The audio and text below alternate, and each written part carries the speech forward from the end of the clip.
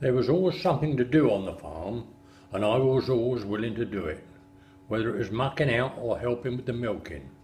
By now it was done by machine, and I could strip the clusters for sterilising and put them together again at the age of 7. Then the horses always needed grooming or the harness needed cleaning. Sometimes I had to ride the pony to Thundersley, where I'd wait in the garden while Doreen took a girl on a lesson. I'd be rewarded with orange juice and cake. I think my brother, my cousins and I adored Doreen, from afar of course. One time on a ride we used to go through a wood. There was a track we followed with several large puddles. Horses were rolling puddles if you don't keep them up. If you let them down, then there's a mess. Sure enough, down went my pony. As hard as I tried to keep him up, I wasn't strong enough. Doreen was shouting, keep him up, but I couldn't. I managed to step off the pony and stood and watched as he rolled in the mud. All the harness was caked in mud, so was the pony. Doreen turned into a demon, swearing at me, calling me stupid. At this point, all my adoration for her was gone. She lost an admirer that day.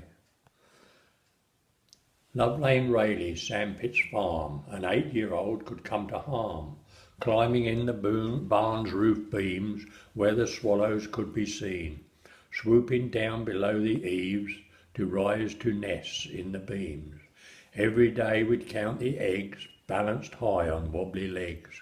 The pigs were fed on Tottenham pudding, finding a spoon or something wooden lying in the trough when they were done from a hotel in London.